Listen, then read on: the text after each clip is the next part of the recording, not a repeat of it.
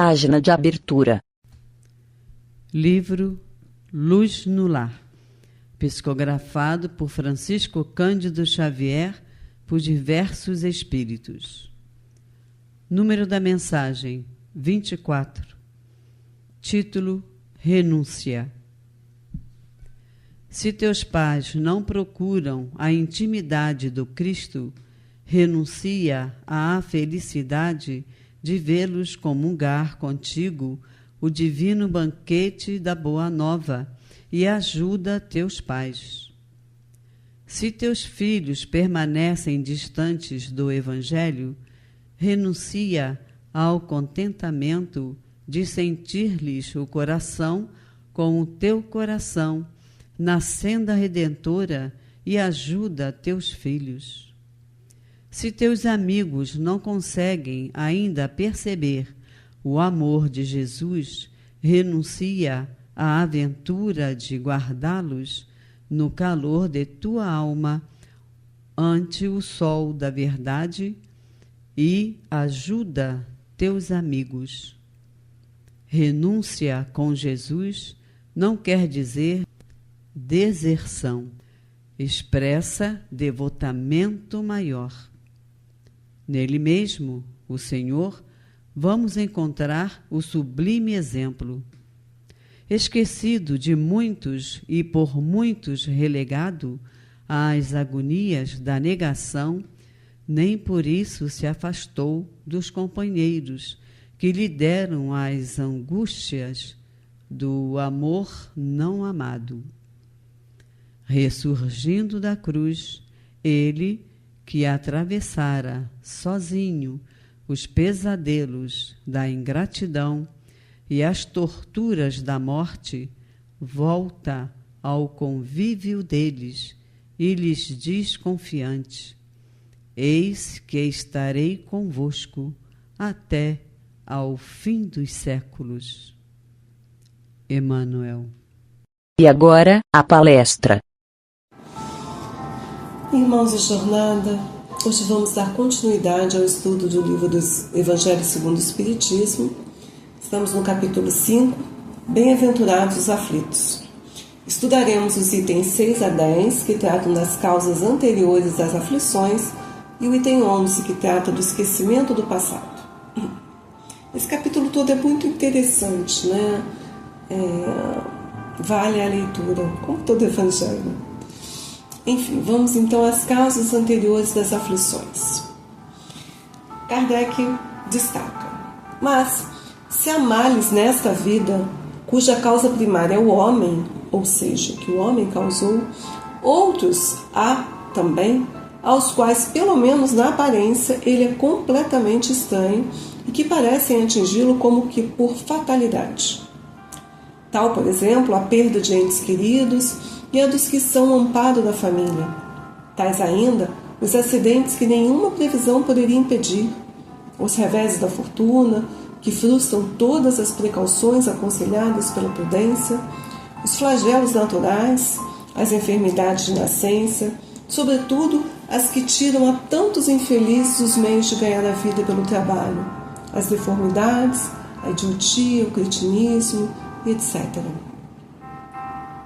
Os que nascem nessas condições certamente nada hão feito na existência atual para merecer, sem compensação, tão triste sorte, que não podiam evitar, que são impotentes para mudar por si mesmos e que os põe à mercê da comiseração pública, ou seja, da pena, né?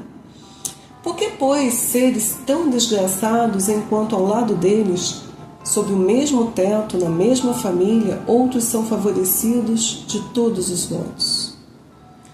Que dizer, enfim, dessas crianças que morrem em tenra idade e da vida só conhecem sofrimentos?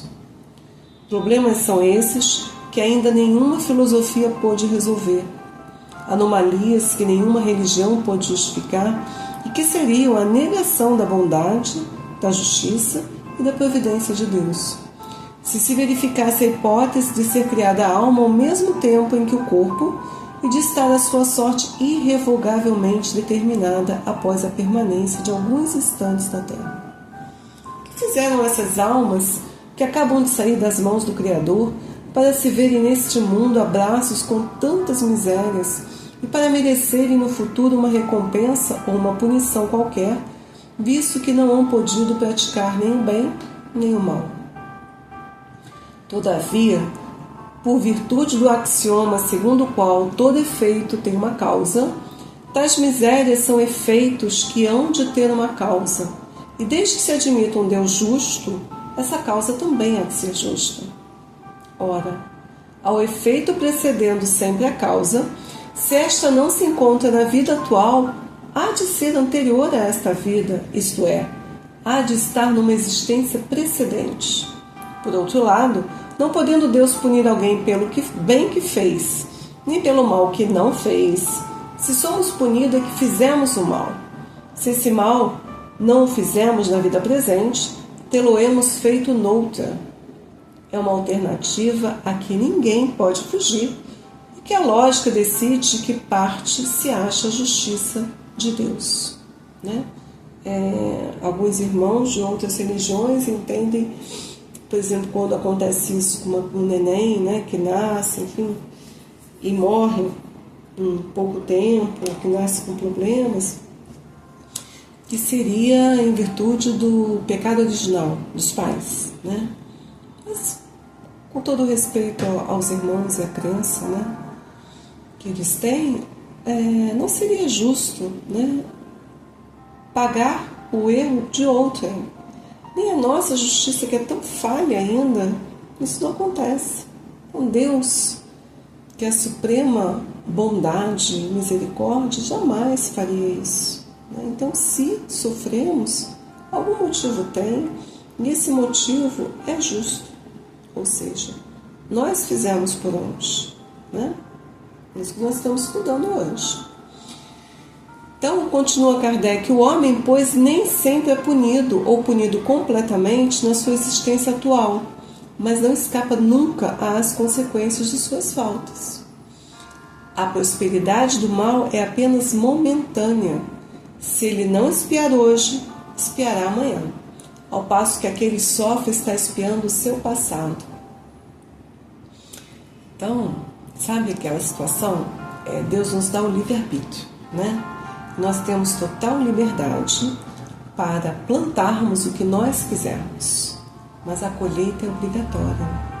Então, se a gente planta o mal, a gente vai colher o mal, mesmo que não seja agora, né? Mesmo que não seja tudo de uma vez, porque Deus é tão misericordioso que Ele permite que nós parcelemos, entre aspas, os nossos débitos, os nossos erros, as nossas pulgas, sabe? Essas expiações, muitas vezes, elas vêm de forma parcelada por muitas existências, porque senão nós não aguentaríamos. E Deus não dá o frio maior do que o cobertor, né? Ele nos dá aquilo que nós podemos suportar. Mesmo quando o Espírito pede na programação reencarnatória algo que ele não vai conseguir, Deus sabe que ele não vai conseguir, não lhe é permitido. Então, quando o infortúnio acontece, né, que à primeira vista ainda pode parecer imerecido, mas ele tem a sua razão de ser. E aquele que se encontra em sofrimento sempre pode dizer: perdoa-me, Senhor, porque pequei, eu errei. Os sofrimentos devido a causas anteriores à existência presente, como os que se originam de culpas atuais, são muitas vezes a consequência da falta cometida, isto é, o homem, pela ação de uma rigorosa justiça distributiva, sofre o que fez sofrer aos outros. Se foi duro e desumano, poderá ser a seu turno tratado duramente e com desumanidade. Se foi orgulhoso, poderá nascer em humilhante condição. Se foi avaro, egoísta, ou se fez mau uso de suas riquezas, poderá ver-se privado do necessário. Se foi mau filho, poderá sofrer pelo procedimento de seus filhos, etc. Aí eu abro um parênteses para destacar que essa justiça não é feita pelas nossas mãos, tá? Nós não devemos ter a pretensão de fazer justiça pelas próprias mãos, mas sim termos a certeza de que Deus é justo e de que tudo o que tem que acontecer vai acontecer, né? Se essa situação que está sendo relatada aqui por Kardec no livro Evangelho segundo o Espiritismo, se ele humilhou, ele vai ser humilhado, enfim, isso é uma consequência natural dos atos, né? Aquilo que a gente falou antes, a colheita é livre, a plantação é livre, a colheita é obrigatória, tá certo? É a causa e o efeito, mas isso vai acontecer naturalmente. Aquele que faz o mal achando que está fazendo justiça, ele incide em erro e também vai sofrer as consequências. Não nos esqueçamos disso, tá bem? Então assim se explicam pela pluralidade das existências e pela destinação da Terra como um mundo expiatório. Não nos esqueçamos, nós estamos no mundo de provas e expiações. As anomalias que apresenta a distribuição da ventura, da felicidade, da alegria e da desventura, da tristeza, do sofrimento entre bons e maus nesse planeta. Semelhante anomalia, contudo, só existe na aparência, só aparência, porque é considerada tão só do ponto de vista da vida presente. Aquele que se elevar pelo pensamento, de maneira a apreender toda uma série de existências, verá que a cada um é atribuída a parte que lhe compete, sem prejuízo daquilo que tocará no mundo dos espíritos, e verá que a justiça de Deus nunca se interrompe. A nossa vida é um contínuo, encarnados, desencarnados, encarnados, encarnados, mas nós temos aquilo que nós plantamos, aqui e lá, na espiritualidade, certo? Jamais deve o homem duvidar que se acha no mundo inferior, ao qual somente as suas imperfeições o conservam preso. Quer dizer, o que nos faz ficar aqui na Terra, planeta de provas e expiações, é exatamente as nossas imperfeições, a nossa sintonia com tudo isso que a gente vê, essa tristeza, esse sofrimento, essas maldades todas, porque a gente está nessa sintonia ainda. A cada vicissitude, a cada dificuldade, sofrimento, cumpre nos lembrar de que se pertencêssemos ao mundo mais adiantado, ao mundo de regeneração que está aí a caminho, quando a maioria dos habitantes do planeta Terra conseguir se regenerar, nós passaremos para esse mundo regenerado, a Terra vai evoluir para o mundo de regeneração. Cumpre nos lembrar de que nós pertencemos que a gente pertence ao mundo mais adiantado só depende de nós, né? Trabalhando para nos melhorar, né? Não depende de ninguém outro, não é culpa de ninguém nós estarmos aqui, é nossa mesmo, nossa total e inteira responsabilidade. As tribulações podem ser impostas a espíritos endurecidos ou extremamente ignorantes, para levá-los a fazer uma escolha com conhecimento de causa. Os espíritos penitentes, porém, desejosos de reparar o mal que hajam feito e de proceder melhor, esses se escolhem livremente, escolhem essas tribulações, as provas que a gente precisa passar. Tal o caso de um que, havendo desempenhado mal sua tarefa, pede-lhe a deixem recomeçar para não perder o fruto do seu trabalho. Eu errei, mas eu quero acertar. As tribulações, portanto, são ao mesmo tempo expiações do passado, que recebe nelas o merecido castigo, e provas com relação ao futuro, que elas se preparam. Rendemos graças a Deus, que em sua bondade faculta, possibilita ao homem reparar seus erros e não o condena, irrevogavelmente por uma primeira falta. Deus nos permite saldar as nossas dívidas, entre aspas, os nossos erros presentes do passado em muitas parcelinhas, em muitas existências, bem ao que nós podemos, dentro das nossas possibilidades. Então não devemos nos queixar do peso que a gente muitas vezes carrega, porque se a gente está nesse caminho é porque a gente precisa e a gente merece, e a gente dá conta, Deus não ia dar algo que a gente não conseguisse carregar, não nos esqueçamos. Então não há crer, no entanto, que todo sofrimento suportado neste mundo denote a existência de uma determinada falta. Isso é muito importante também para que a gente, inclusive, não saia julgando os outros, sabe? Dentro da nossa imperfeição, né? A gente sai achando que a pessoa que está sofrendo isso é porque fez aquilo na outra vida. Não é assim, tá? Muitas vezes são simples provas buscadas pelo próprio espírito para concluir a sua depuração e ativar o seu progresso. Assim, a expiação serve sempre de prova, mas nem sempre a prova é uma expiação. Provas e expiações, todavia, são sempre sinais de relativa inferioridade, porquanto o que é perfeito não precisa ser provado, tá certo?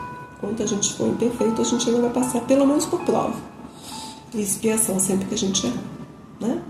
Aí a gente deve primeiro reconhecer o erro, depois se desculpar e depois purgar, né? Passar por aquilo que a gente fez. Então pode, pois, um espírito haver chegado a certo grau de elevação e, nada obstante, quer dizer, apesar disso, desejoso de adiantar-se mais, solicitar uma missão, uma tarefa a executar, pela qual tanto mais recompensado será se sair vitorioso, quanto mais rude haja sido a sua luta. Tais são especialmente essas pessoas de instinto naturalmente bons, de alma elevada, de nobres sentimentos inatos, que parece nada de mal haverem trazido de suas precedentes existências, que sofrem, com resignação toda cristã, as maiores dores, somente pedindo a Deus que as possam suportar sem murmurar, né? O máximo exemplo disso foi o próprio Jesus, né? Nosso mestre, modelo, nosso exemplo maior de perfeição, que materialmente olhando, né, para nós seriam sofrimentos, né? Não que tenham sido para ele, mas e sem nenhuma necessidade, né? Porque ele é perfeito, espírito puro. Então pode-se, ao contrário, considerar como expiações as aflições que provocam queixas e impelem o homem à revolta contra Deus. Sem dúvida, o sofrimento que não provoca queixumes pode ser uma expiação, mas é indício de que foi buscada voluntariamente, antes que imposta, e constitui prova de forte resolução, o que é sinal de progresso, né? Então, por exemplo, alguém que tenha abortado em outras vidas e tenha pedido para nessa vida ter a possibilidade da maternidade ou da paternidade. E aí, quando a pessoa vem e pedindo a prova, né, de que seja sugerido o aborto novamente. Então, quando acontece essa possibilidade, a pessoa que consegue vencer, né, essa ideia anterior, né, e não fazer o aborto, ainda que o neném venha não sobreviver por longo período, ela sabe que ela fez o correto. Então, intimamente, o espírito está em paz, apesar do sofrimento da perda do filho, mas porque não foi a pessoa que provocou, né? Então, é nesse sentido que o Evangelho está esclarecendo, que quando é uma expiação solicitada, o sofrimento, ele é apaziguado. O sofrimento, a pessoa está mais resignada, como se entendesse a justiça de Deus, sabe? Intimamente. Então, os espíritos não podem aspirar à completa felicidade enquanto não se tornem puros. Qualquer mácula, qualquer defeito, né? Qualquer falta nos interdita, nos veda a entrada nos mundos ditosos. Nós somos como passageiros de um navio, né? Onde há pestosos, os quais pessoas com peste, né? Que não podem ter acesso à cidade onde o navio aporta, porque senão eles vão passar aquele mal, né? Então, mediante as diversas existências corpóreas, é que os espíritos vão se expungindo, vão se burilando, vão se melhorando, pouco a pouco de suas imperfeições. E é bem pouco a pouco mesmo, infelizmente. A gente evolui, parece que bem lentamente, sabe? Muitas vidas semelhantes, então a gente precisa se esforçar mais para conseguir acelerar um pouquinho o tanto que a gente tem ainda para melhorar. As provações da vida nos fazem adiantar-nos quando nós suportamos bem, né, essas provações. Como as expiações, elas apagam as faltas e purificam. São remédio que limpam as chagas e curam o doente. Quanto mais grave é o mal, tanto mais enérgico deve ser o remédio. Aquele, pois, que muito sofre, deve reconhecer que muito tinha a expiar e deve regozijar-se, ou seja, ficar feliz à ideia de sua próxima cura. Né? Quer dizer, como aquele remédio amargo, mas que a gente sabe que é necessário. Depende dele pela resignação tornar proveitoso o seu sofrimento e não lhe estragar o fruto com suas impaciências, visto que do contrário terá de recomeçar. É tão triste, né, gente? A gente estuda que a gente evolui de duas formas, pelo amor e pela dor. A opção é nossa. Mas é tão triste quando a gente evolui pela dor, a gente opta pela dor, né, ao invés do amor. Bom, esquecimento do passado, o último item de hoje que a gente vai estudar. Em vão se objeta que o esquecimento constitui obstáculo a que se possa aproveitar da experiência de vidas anteriores, né? Porque, havendo Deus entendido de lançar um véu sobre o passado, é que há nisso vantagem. Porque Deus é a inteligência suprema, né? Causa primária de todas as coisas. Todo amor, toda bondade, toda misericórdia. Então, se a gente esqueceu o que a gente fez no passado, é porque isso é bom pra gente, né? Com efeito, a lembrança traria gravíssimos inconvenientes. Poderia, em certos casos, humilhar-nos singularmente, ou então exaltar-nos o orgulho e assim travar do nosso livre-arbítrio, do nosso progresso. Em todas as circunstâncias, acarretaria inevitável perturbação nas relações sociais, porque a gente vem nos mesmos grupos, né, para acertar os erros que a gente cometeu no passado com essas pessoas. Frequentemente, o espírito renasce no mesmo meio que já viveu, estabelecendo de novo relações com as mesmas pessoas a fim de reparar no mal que lhes haja feito. Se reconhecesse nelas as a quem odiara, quiçá o ódio se lhe despertaria outra vez no íntimo. O que tivessem feito mal a gente poderia não perdoar, poderia nos afastar, né? E vice-versa. De todo modo, ele se sentiria humilhado em presença daquelas a quem houvesse ofendido. Para nos melhorarmos, outorgou-nos Deus precisamente o que nós precisamos, o que nos basta. A voz da consciência e as tendências instintivas, quer dizer, a gente precisa nos observar. Priva-nos do que nos seria prejudicial. Ao nascer, o homem traz consigo o que adquiriu, nasce qual se fez em cada existência. Tem um novo ponto de partida. Olha, misericórdia de Deus. Pouco lhe importa saber o que foi antes, né? Como numa peça de teatro. Uma hora você é o rei, outra hora você é o servo, é o escravo. O importante não é ser o rei ou ser o escravo. É ser o melhor rei que você puder ser, ou ser o melhor escravo que você puder ser, né? É conseguir florescer onde Deus nos plantou. É dar o nosso melhor naquela condição. Então, se nós hoje somos punidos, é porque nós praticamos o mal. As nossas atuais tendências más indicam o que nos resta corrigir em nós mesmos. E é nisso que nós devemos nos concentrar.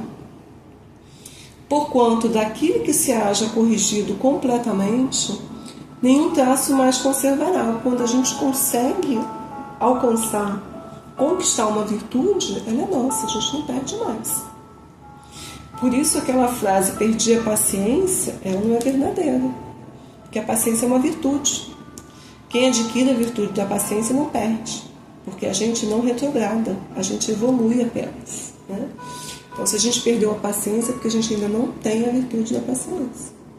A gente deve se esforçar, então, né? As boas resoluções que nós tomamos são a voz da nossa consciência, nosso espírito protetor, nosso anjo guardião, né? Que muitas vezes fica ali nos falando o caminho que nós devemos seguir e às vezes nós não escutamos. Advertindo-nos do que é o bem e do que é o mal, e dando-nos forças para resistir às tentações, né? Nosso anjo de guarda, nosso amigo, nosso irmão, um estranho, uma boa leitura, uma palestra, enfim, são vários, uma música, né, um programa que nos traga esclarecimento, que nos traga bons pensamentos, né? A Rádio Rio de Janeiro, a literatura espírita, né? Tanta coisa boa que a gente tem para aprender, para conseguir se equilibrar, para conseguir achar o nosso eixo, né? Aliás, o esquecimento apenas ocorre durante a vida corpórea. Olha que interessante. Voltando à vida espiritual, readquire o espírito a lembrança do passado. Nada mais há, portanto, do que uma interrupção temporária, semelhante a que se dá na vida terrestre durante o sono, a qual não obsta que no dia seguinte nos recordemos de que tenhamos feito, né, de tudo que nós fizemos na véspera e nos dias precedentes. E não é somente após a morte que o espírito recobra a lembrança do passado. Pode dizer-se que jamais nós perdemos a lembrança do passado, pois que, como a experiência demonstra, mesmo encarnado, enquanto adormecido o corpo, nós gozamos de certa liberdade, né? Mas liberdade relativa. E nesse momento o espírito tem consciência de seus atos anteriores. Ele sabe por que sofre e que sofre com justiça. A lembrança unicamente se apaga no curso da vida exterior, a gente está acordado, da vida de relação, mas a falta de uma recordação exata que lhe poderia ser penosa e prejudicar-nos nas nossas relações sociais, forças novas nós aurimos, né?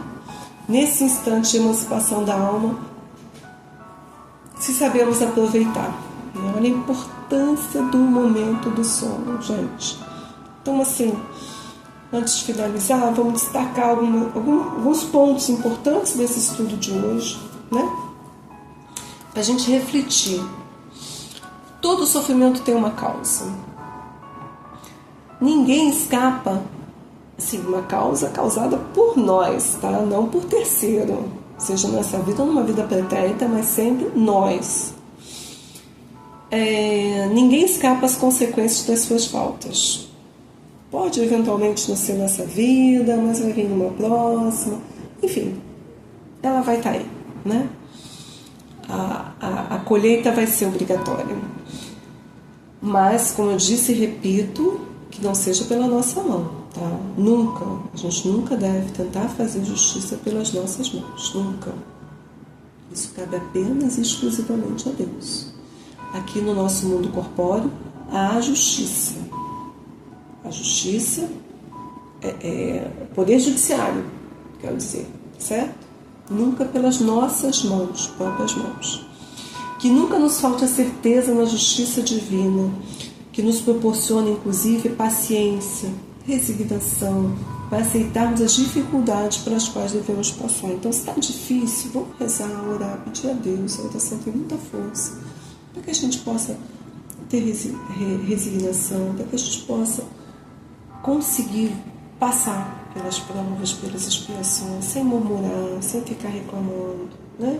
Senão a gente perde, a gente vai ter que fazer tudo de novo. Que nós não esqueçamos que estamos num mundo de provas e expiações, que significa que estamos aqui em virtude das nossas imperfeições. Então, se a gente quer mudar, está muito ruim, esse mundo está muito difícil, então vamos melhorar para a gente, né, conseguir levar aí a Terra ao planeta de regeneração, né? Com a prática do bem, nós nos libertamos, ou ao menos amenizamos o sofrimento. Então, assim, está ruim, fazer o bem, vamos fazer o bem a outra pessoa, né? Vamos fazer o bem dentro de casa, fora de casa, no trabalho, no trânsito, no centro espírita, em qualquer lugar, né? Com o vizinho, enfim. Devemos enfrentar nossas tribulações sem revolta, com resignação e paciência, certos de que Deus não nos abandona jamais, buscando fazer do sofrimento uma fonte de purificação e progresso espiritual. O esquecimento do passado é um ato de misericórdia divina. A gente só aconselha a fazer a terapia de vidas passadas se o problema da pessoa está incapacitando-a para a vida em sociedade. Por exemplo, uma pessoa que não consegue entrar num elevador e não tem causa nenhuma aparente, já fez todo o levantamento, então ela muitas vezes tem algum problema de uma vida passada que está dificultando a vida dela nessa vida. Então, ok, né? Quer dizer que uma pessoa que realmente tenha conhecimento, né? Enfim, Mas fora um caso assim muito extremo, não se aconselha. Porque se Deus ocultou, né, no passado, é a misericórdia. É mais um exemplo de misericórdia de Deus, né? Que oculta aos outros e a nós mesmos os erros cometidos, né?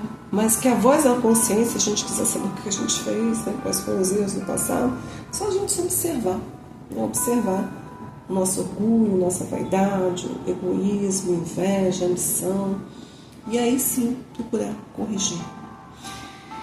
Então, concluindo, é muito importante a resignação nos momentos de sofrimento, né? Que a gente possa realmente ter fé em Deus, que a gente possa fé em Deus, na sua justiça, na sua bondade, misericórdia, que a gente se empenhe na nossa reforma íntima diariamente, a cada instante, a cada dia, a cada momento, para a nossa melhora, né? Que a gente procure fazer um preparo para o nosso sono também, para que a gente possa aproveitar o melhor possível desse tempo, né? Fazendo uma oração, fazendo uma reflexão sobre o dia, né? Coisa que muitas vezes a gente não consegue, né? Pedindo fortalecimento quando estiver difícil de carregar o problema pelo qual estamos passando, alguém que nós amamos, enfim, e fazemos uma oração em intenção dessa pessoa, ou do país, enfim. E dessa forma nós encerramos o estudo de hoje, pedindo ao Pai que possamos refletir sobre tudo que foi estudado e que o aprendizado nos auxilie nos nossos esforços contínuos pela melhora moral que tanto necessitamos, né? Paz de Deus a todos.